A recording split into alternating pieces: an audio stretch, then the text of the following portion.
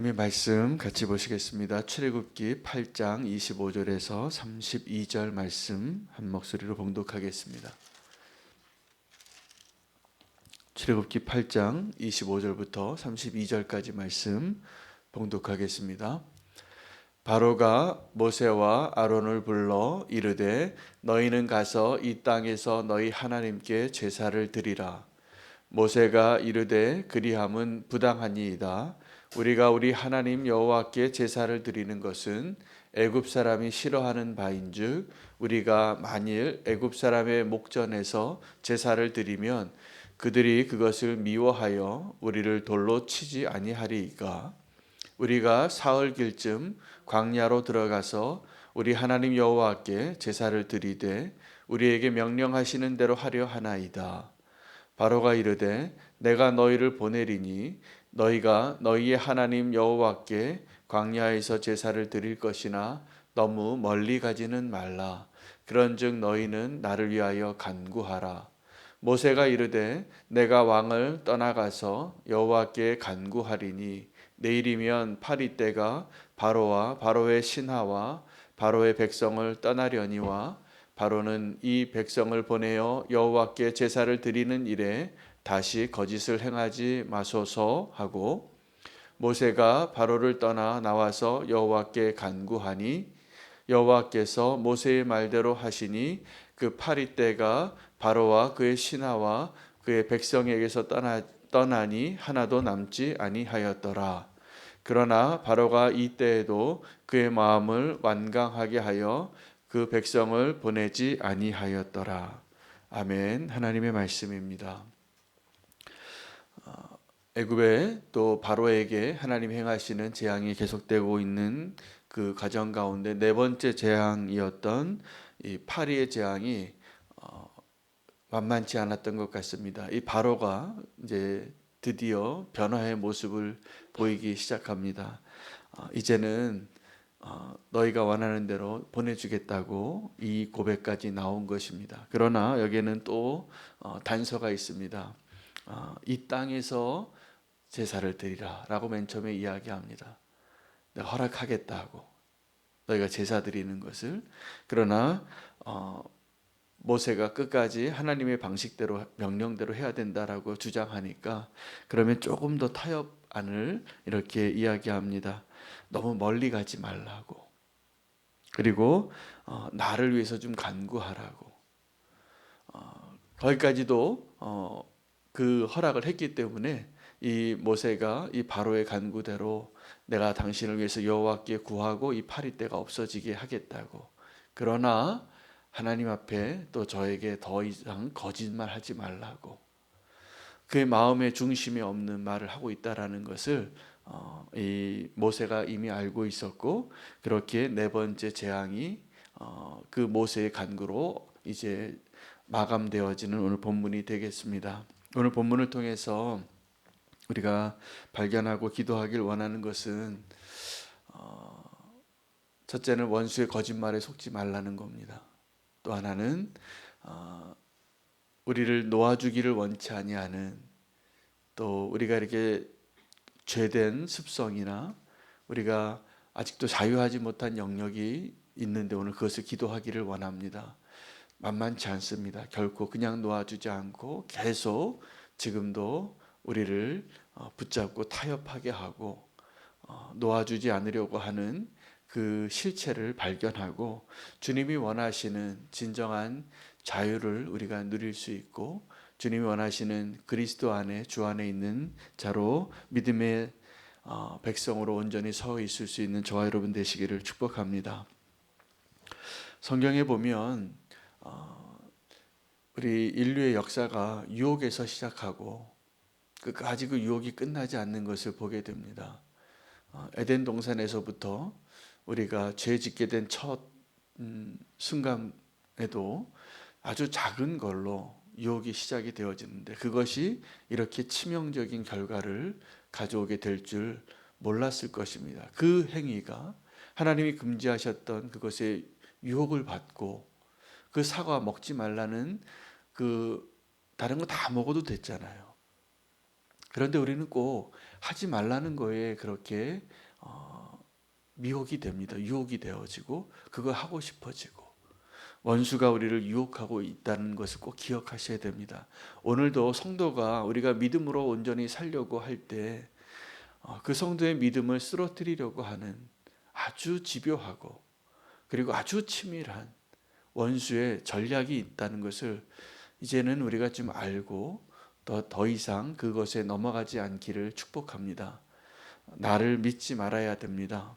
왜냐하면 원수와 내통하는 너무나 나를 잘 알고 또 내가 원하는 것을 알아서 그것을 주겠다고 말하는 원수의 미혹 앞에 여러분 정말 승리하실 수 있습니까? 쉽지 않습니다. 그래서 상황과 여건만 되면 우리가 다 유혹에 넘어가고 쓰러지기 쉬운 연약한 자인 것을 고백하게 될 때 주님이 도우실 것입니다. 유혹에 대해서는 우리가 정말 기도해야 될 제목입니다. 여러분 지금 오늘 이 시간에 내 삶에서 내가 가장 취약한 부위가 어디인지 알고 계십니까? 내가 어디에 약한지. 사람마다 다 다르겠지만 다 본질적으로는 똑같습니다. 어떤 분은 돈에 있어 좀 약하고 어떤 분은 성적인 부분에서 좀 약하고 어떤 분은 이 허황된 것, 또 어떤 분은 또 교만함, 어떤 분은 뭐 시기심, 상처 여러 가지로 우리의 삶에 정말 연약한 부분이 있습니다. 어떤 분은 게으름일 수도 있고 다 연약하죠. 그런데 그 연약함을 내가 어디에서 연약한 것인가를 알게 되면 그 부분을 원수가 타협하려고 하고 또 그것을 들어주겠다고 하고 원수는 내가 원하는 걸 너무나 잘 알아요. 그거 주겠다고 하는 거예요. 근데 그 길이 가지 말아야 할 길이면 가지 말아야 하는데 안타깝게도 내 입에서는 내 말로는 안 가겠다고 하면서 마음으로 갈 때가 많습니다. 그것이 우리를 불행하게 합니다. 발람이 있거든요, 우리 안에. 그 발람은 사실은 하나님의 백성을 저주하라고 불렀어요. 발락이 그 발람이라는 사람을. 그래서 그가 그것에 대해서 하나님께 물어보니까 하나님이 말씀해 주신 거죠. 하나님의 선지자도 아니었지만 그리고 이 이스라엘 민족을 축복해야 된다라고. 그가 말로는 축복하는데 정말 그를 무너뜨리는 것은 뭐였냐면 정말 자기를 높이고 자기가 좋아하는 물질과 좋아하는 명예와 그 자리를 허락하고 그렇게 미혹하니까 말로는 안 가겠다고 하는데 이미 가 있는 거예요. 여러분 유혹을 받을 때 내가 아직 그 죄 짓는 자리에 가지 않아도 내 마음이 흔들릴 수 있다는 것을 인정하셔야 돼요. 그리고 그 길을 아예 가지 말아야 돼요. 그게 나를 지키는 길이에요. 요즘은 그런 분들 별로 없지만 직장에서 크리스찬이라고 말하면 꼭 그 직장에 그 새로 신입사원으로 들어온 그 아주 푸릇푸릇한 그 신입사원을 꼭 술 좀 마시게 하려고 그렇게 집요하게 요구하는 상사가 꼭 있습니다. 그런데 처음에 그때 내가 안 먹는 술 안 마시는 크리스찬이라고 그때 싸움에서 이겨야지 남은 직장 생활이 사실은 더 편해요. 근데 우리가 다 어떠냐 하면 그때 그 자리에 미안해서 아니면 그 상황에 맞춰서 나는 원래 술도 안 마시는데 마시라 그러니까 한 잔 마시면 그 다음부터는 술자리 갈 때마다 마셔야 돼요. 똑같습니다. 우리가 이 세상의 유혹과 또 내가 꼭 지켜야 될 것을 원수가 알아요. 그것을 빼앗고 싶은 거거든요. 근데 그것을 타협하시지 않는 게 나를 살리는 길이에요. 한국교회에 아픔이 있습니다. 한경직 목사님이 한국교회의 목회자 중에서 가장 존경받는 분 중에 한 분이세요. 그 템플턴상을 수상할 때 그분이 그렇게 존경받고 그렇게 예수님처럼 사셨던 목사님이 그 상을 수상받자마자 기자회견 때 했던 그 첫 번째 말이 나는 죄인입니다. 나는 신사참배를 했던 목사입니다. 라고 후회하셨어요. 저는 그 고백을 하신 그 목사님의 신앙이 참 존경스러워요. 보통 사람 같으면 그럴 때 하나님께 영광을 올려드린다고 하고 정말 좀 그럴듯한 멘트를 했을 텐데 그때 회개하시는 거 대단하지 않습니까? 종교계의 노벨상이라고 말하는 그 템플턴상을 받은 그 자리에서 회개하는 분이 존경스러운 분이죠. 그런데 그분이 그렇게 후회했던 내 인생의 목회 기간에 가장 후회했던 게 신사참배였던 것 같아요. 아니었던 거지요. 근데 신사참배를 할 때 한국교회가 많이 무너졌습니다. 저는 그 시대를 살진 않았지만 그때의 기록을 보면서 그럴 수도 있었겠구나. 일본이 그때 한국교회는 일본에 대항하여서 독립운동에 가장 앞장서는 정신적인 지주였습니다. 기독교가 그런 역할을 했습니다. 그래서 일본에서 통치하는 그 사람들이 이 기독교를 좀 쓰러뜨려야 되겠는데 어떻게 하면 그 기독교를 쓰러뜨릴 수 있을까? 너희가 예배 드려도 되는데 예배 드리는 거 막았죠. 그러나 그래도 종교의 자유를 인정해 줘야 되니까 예배 드려도 좋은데 예배 드리기 전에 이 천황에게 한번 절하고 예배하라는 거였어요. 여러분 지금 제가 강단에 나와서 여기다가 대통령 사진 하나 걸어놓고 여기다 먼저 절하고 예배드리자 그러면 하시겠어요? 안 하시겠어요? 안 하실 거잖아요. 우리 예배는 하나님께 하는 건데. 근데 그때 정말 우리가 식민지에 있었기 때문에 얼마든지 끌려가서 고문을 당하고 이 교회를 멸살할 수 있다는 것을 알기 때문에 교회를 얼마든지 폐쇄하고 불지를 수 있고 얼마든지 무너뜨릴 수 있는 힘과 그런 우리를 억압하는 그 사람들이 타협한 거잖아요. 타협안을 제시한 거잖아요. 내가 너희를 예배 드릴 수 있게 해줄게. 이거 한 번만 절하고 예배 드리라고.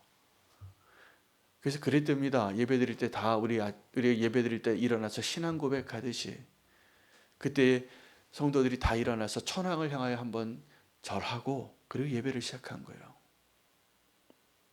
있을 수 없는 일이었죠. 그때 양심을 가지고 그건 도저히 못하겠다라고 끝까지 버틴 분들이 순교당했어요.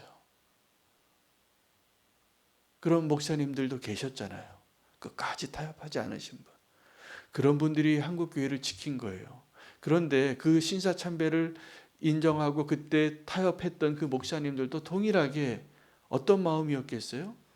교회를 살리고 싶었던 거죠. 예배를 드리고 싶었던 거죠. 그래서 신사참배한 거예요, 사실은. 그러나 정말 그 교회를 무너뜨린 것은 그들이 교회를 지켜야 되겠다고, 교회를 살려야 되겠다고 타협했던 그 타협이 교회를 무너뜨린 거였어요. 여러분 지금도 동일합니다. 우리가 너무나 그 소중한 것을 빼앗기고 싶지 않아서 하지 말아야 할 타협을 할 때 그것은 정말 빼앗기는 거예요. 그게 정말 무너뜨리는 거예요. 우리가 타협하지 말아야 할 영역들이 있습니다. 절대로 바꾸지 마십시오. 그것을 타협하지 마세요. 지금 우리는 너무나 원수가 원하는 대로 그 미혹에 넘어가서 집요하거든요. 우리를 쓰러뜨릴 만한 힘을 가지고 있거든요. 우리를 좌지우지할 만한 바로의 위치에 있거든요. 그래서 그게 우리를 살리는 것이라, 그것이 가정을 살리고 그것이 교회를 살리는 거라고 착각하는 거예요. 원수가 지금도 동일한 방법을 쓰고 있습니다. 우리는 가정을 살리기 위해서 가정에 정말 포기하지 말아야 할 것을 포기할 때 가정이 무너지는 겁니다. 교회를 살리기 위해서 우리가 타협하지 말아야 할 것을 타협할 때 그것이 교회를 무너뜨리는 거예요. 나의 신앙도 마찬가지예요. 여러분, 이 세상의 거대한 골리앗 앞에서 내가 믿음으로 싸우겠다고, 이 세상의 방식과 거슬러서 살겠다고 서면 나에게 그 힘이 있겠습니까? 근데 이 세상의 거대한 조직의 그 힘이 내가 도저히 싸워서 이길 수 없을 것과 같이 보이는 그 골리앗이 타협하자고. 그러면서 이렇게 얘기할 겁니다. 옆에 있는 저 교회도 보라고. 옆에 있는 저 장로님도 보라고. 옆에 있는 저 목사도 보라고. 제가요, 직장에서 술 한잔 권하는 그 사람들 가운데 꼭 그런 사람이 있더래요. 나도 예전에 교회 다녀봤다고. 나도 지금 집사라고. 괜찮아, 한 잔 마셔. 이렇게 얘기하는 거예요. 여러분, 우리의 믿음을 온전히 지킬 때 고난이 올 겁니다. 근데 그게 정상이에요. 근데 우리가 믿음을 지킬 때 너무나 고난이 없으면, 요한 웨슬레가 그랬대요. 그때 그가 그 설교할 수 있는 권한을 거리에서 설교하는 게 그때는 불법이었어요. 그래서 이렇게 복음을 전하는데 오늘 내가 핍박받은 일이 없어서 회개했다는 거예요. 세상과 거슬러서 살다 보니까 내가 이렇게 편안하게 아무 일도 내게 일어나지 않고 너무나 평안한 거예요. 그래서 내가 지금 문제가 있는 것 같다 라고 회개하는 일기를 썼어요. 여러분, 오늘도 평안하게 사셨습니까? 우리가 정말 믿음으로 산다면 우리 안에 그 치열한 싸움이 일어나는 것이 정상이에요. 근데 우리는 믿음을 지키겠다고, 가정을 지키겠다고, 교회를 지키겠다고 언제부터인가 우리는 너무나 평안하죠. 무엇을 의미하는 거냐 하면 우리가 이 집요한 세상의 그 유혹에 이미 어느 정도 타협하고 살고 있기 때문일 겁니다. 우리가 정말 믿음으로 산다면 오늘도 치열하게 싸우고 눈물 흘리고 갈등하고 정말 부르짖을 수밖에 없는 그 싸움의 내용이 있어야지 정상인 것 같아요. 우리를 넘어뜨리려고 원수는 거짓말을 밥 먹듯이 합니다. 우리가 다 아는 지금 한국교회에서 가장 대표적으로 위험한 이단 중에 한 이단은 거짓말을 정말 밥 먹듯이 하더라고요. 그래서 그런 분들과 많이 섞이는 것 자체가 위험해요. 제가 봤을 때. 그 이단에 들어가는 것. 그들이 성경 공부를 가리켜서 다 거짓말로 사람을 다 속이고 가정을 무너뜨리고 교회를 무너뜨리는 거 다 아는데도 또 그 거짓말에 속아서 가는 사람들이 있어요. 어떤 분들이 그런 이단에 잘 빠지냐 하면 나는 괜찮아 라고 생각하는 사람. 나는 안 속아. 나는 자신 있어 라고 생각하는 사람들이 그 거짓말에 잘 속더라고요. 그들이 하는 말이에요. 그리고 거기 들어가 있는 분들이 거기서 보면 목사님도 있어요. 신학교 교수님도 있고 아주 존경받는 사회의 지위를 가진 사람들이 어떻게 저런 말도 안 되는 이단 교리에 빠져서 저기 앉아 있나? 자기를 너무 믿는 거예요. 그리고 그 거짓말에 잘 넘어가요. 제일 잘 속는 사람이 나는 안 속는다고 생각하는 사람이에요. 보이스피싱도 그렇게 당한대요.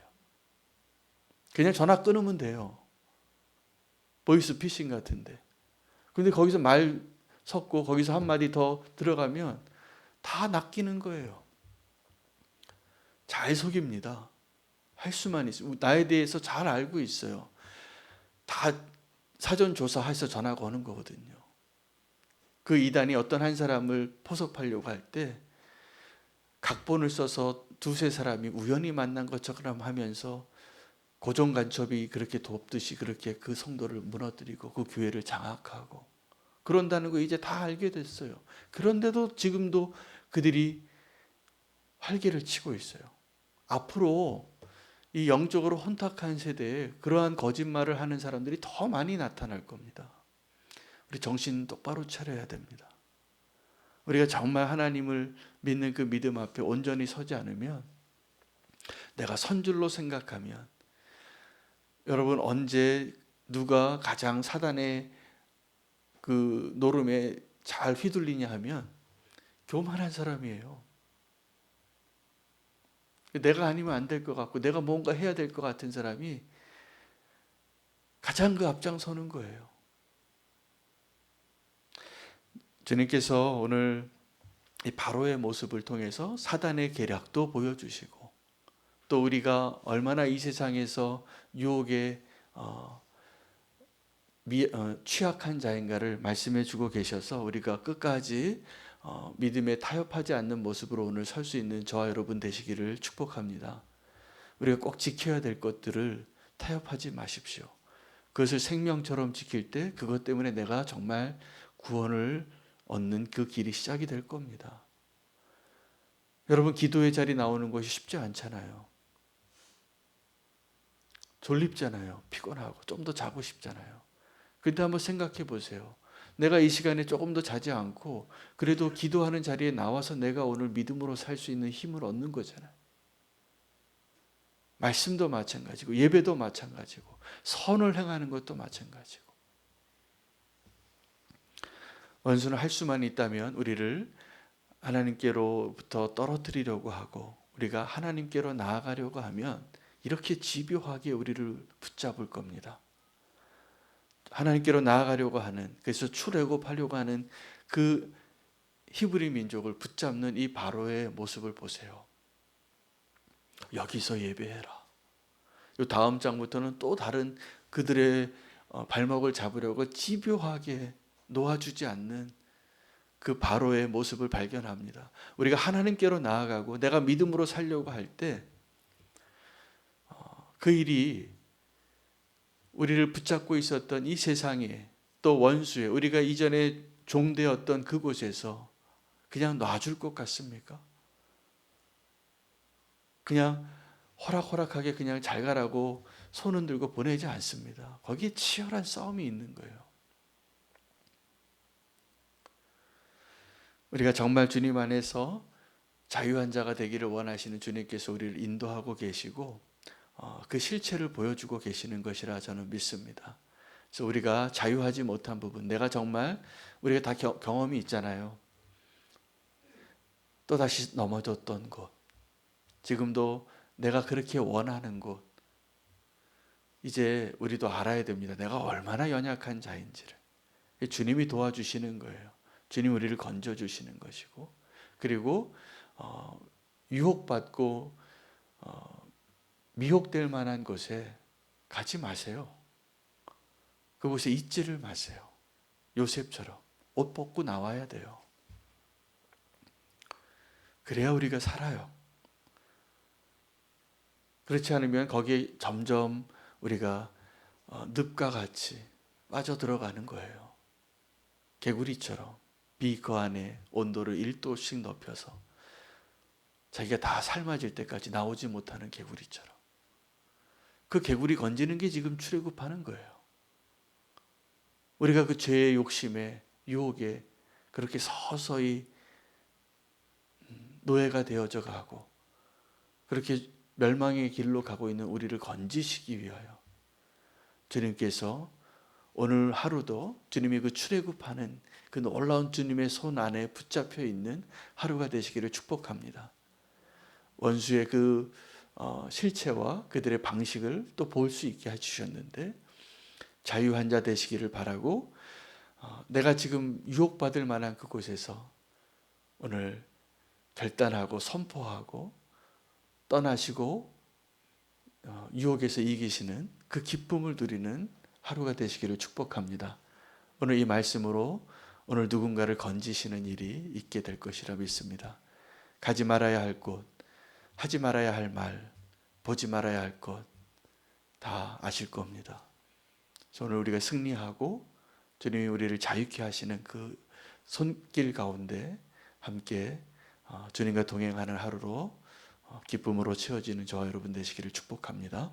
함께 기도하겠습니다. 오늘 우리의 연약함을 놓고 그 유혹에서부터 우리를 건져달라고 기도하고, 또 오늘도 라마단 기간이라 오늘 라마단 기도로 하나님께 올려드리겠습니다. 오늘은 인도네시아의 자카르타를 위해서 기도하겠습니다.